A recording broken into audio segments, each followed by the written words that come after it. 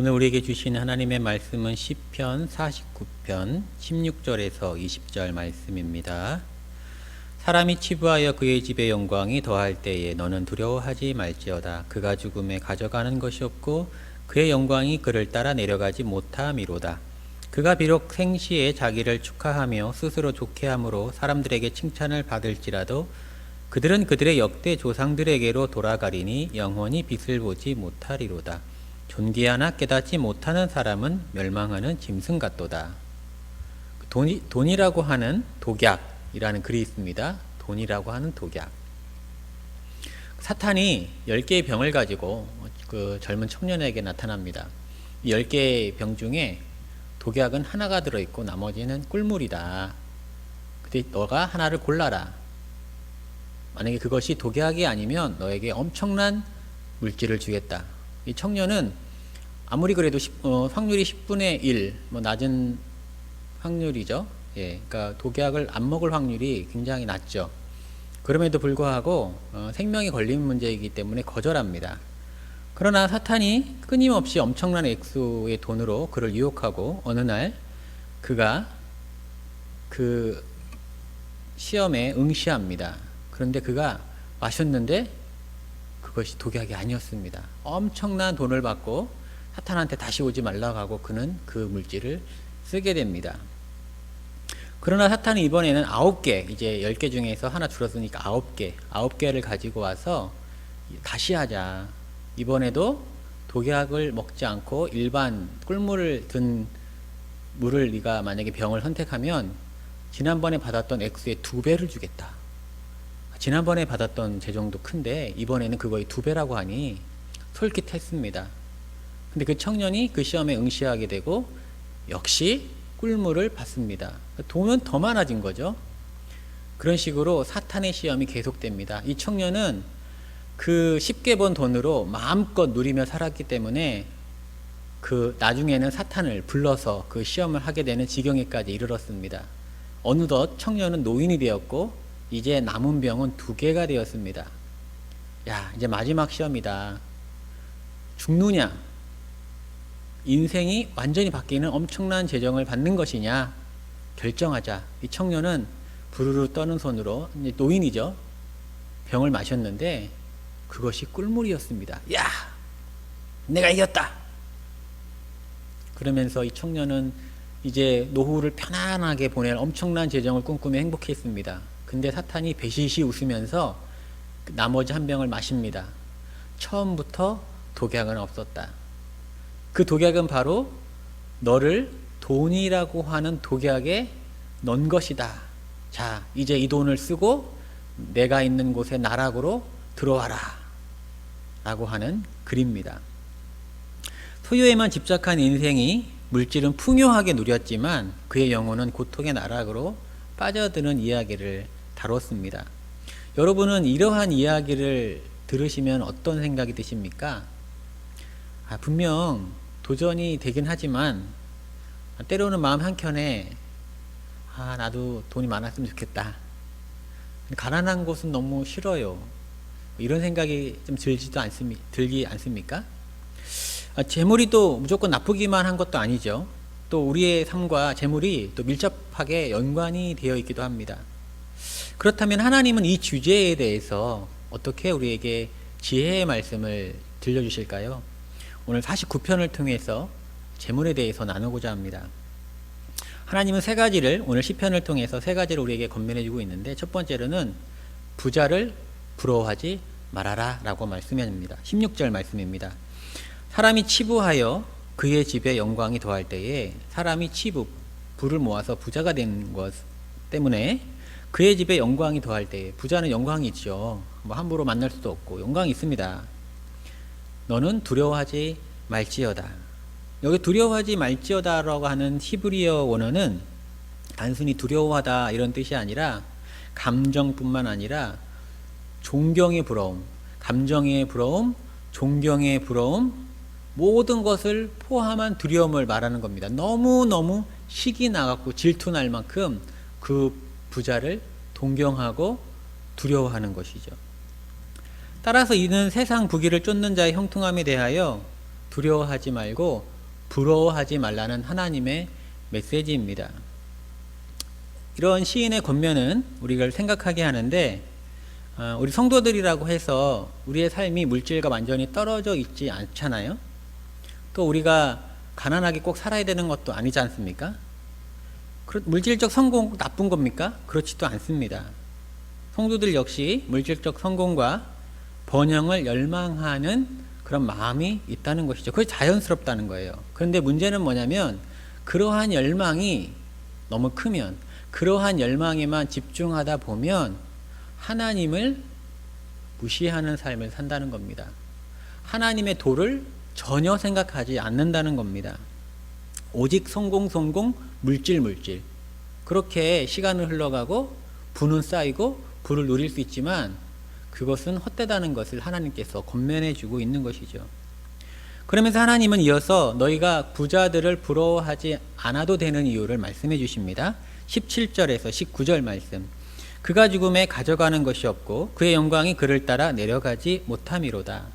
그가 비록 생시에 자기를 축하하며 스스로 좋게 함으로 사람들에게 칭찬을 받을지라도 그들은 그들의 역대 조상들에게로 돌아가니 영원히 빛을 보지 못하리로다. 왜 부러워하지 않아도 되냐면, 그가 죽을 때 그에게 아무리 많은 재산이 있어도 가져가는 것이 없다. 그리고 그가 부자였을 때 엄청난 명예와 영광이 그에게 있을지라도 그가 죽는 순간 그 영광은 그의 무덤에 함께하지 못한다. 이렇게 이야기하고 있습니다.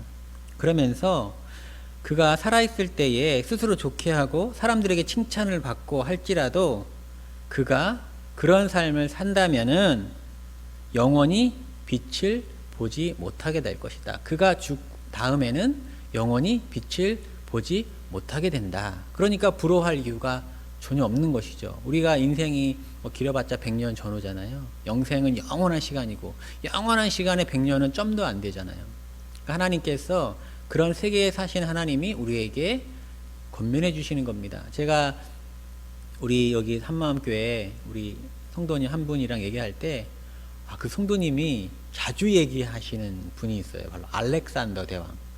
대단하죠?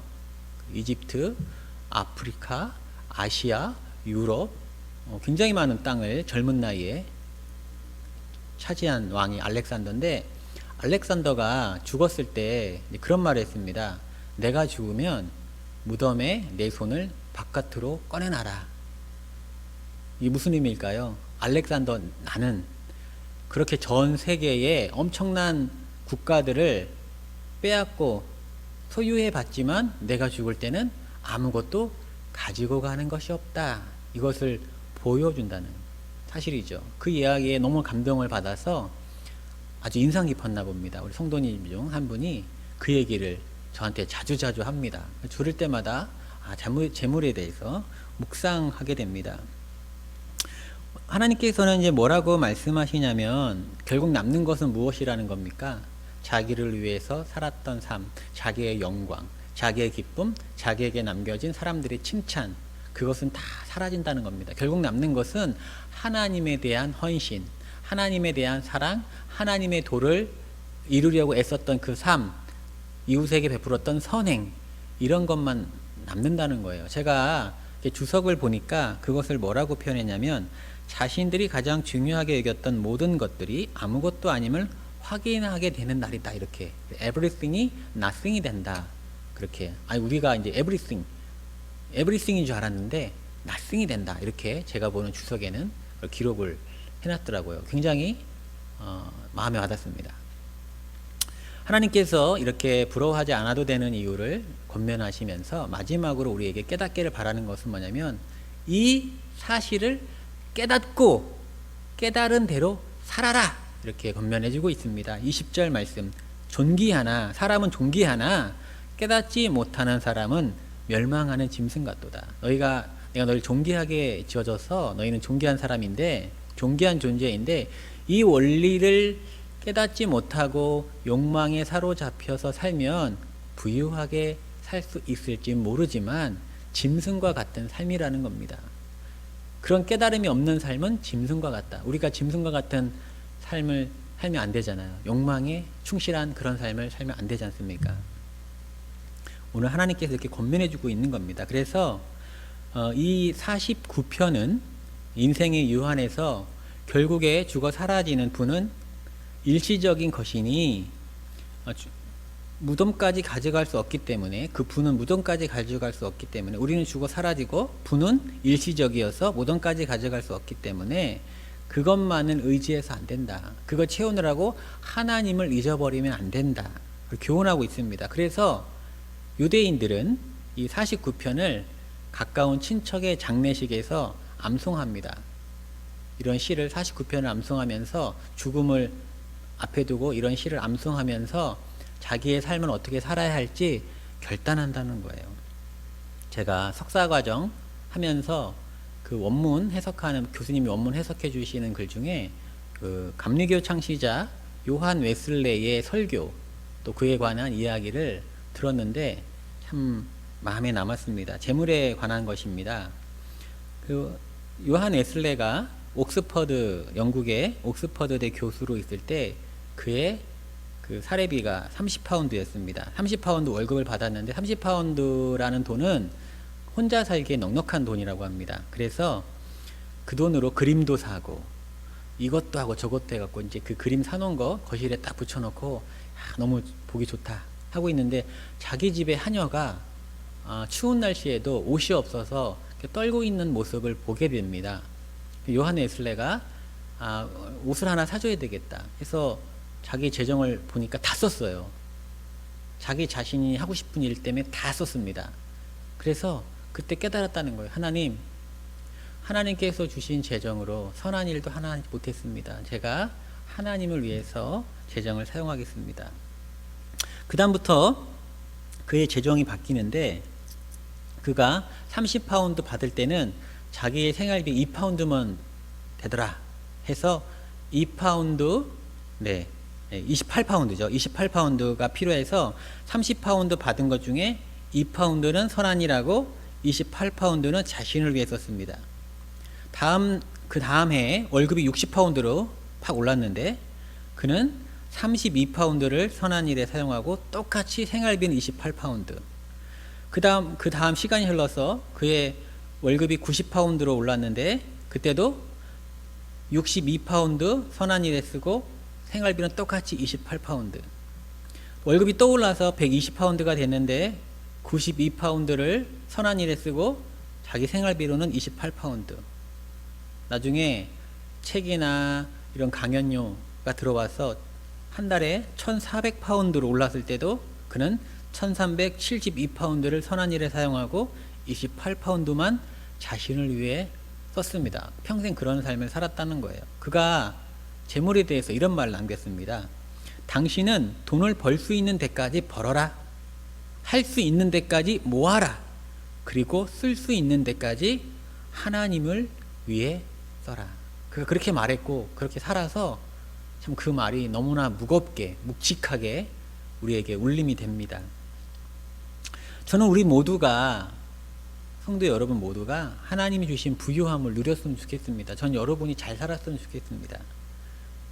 그리고 재물의 모습을 또한 기억했으면 좋겠습니다.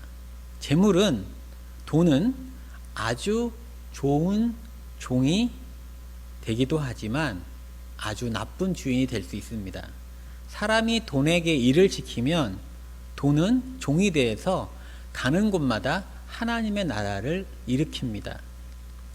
그렇지만 돈이 사람에게 일을 시키면 돈을 위해 신앙도, 여가도, 베품도 사라지는 비극의 노예가 됩니다. 오늘 말씀을 진리로 마음에 담아 깨닫는 인생 되기를, 또한 하나님의 청지기로서 부요를 좋은 종으로 누리시기를 하나님은 바라고 계십니다. 기도하겠습니다. 하나님, 우리에게 물질을 주셔서 감사합니다. 그 물질은 우리에게 좋은 종이 될 수도 있고 나쁜 주인이 될 수도 있습니다. 하나님께서 주시는 그 재물의 부유함을 누리되 좋은 종으로서 사용하게 하시고 우리가 쓰는 재물이 가는 곳곳마다 하나님의 나라가 세워지게 하여 주옵소서. 오늘 인생의 지혜를 우리에게 알려주셨사오니 인생의 끝과 재물의 한계와 또한 우리가 이 세상에서 어떻게 재물을 가지고 청지기로서 살아야 하는가 바르게 결단하는 시간 될 수 있도록 인도하여 주옵소서. 이 모든 말씀 우리 주 예수님의 이름으로 기도드렸사옵나이다. 아멘.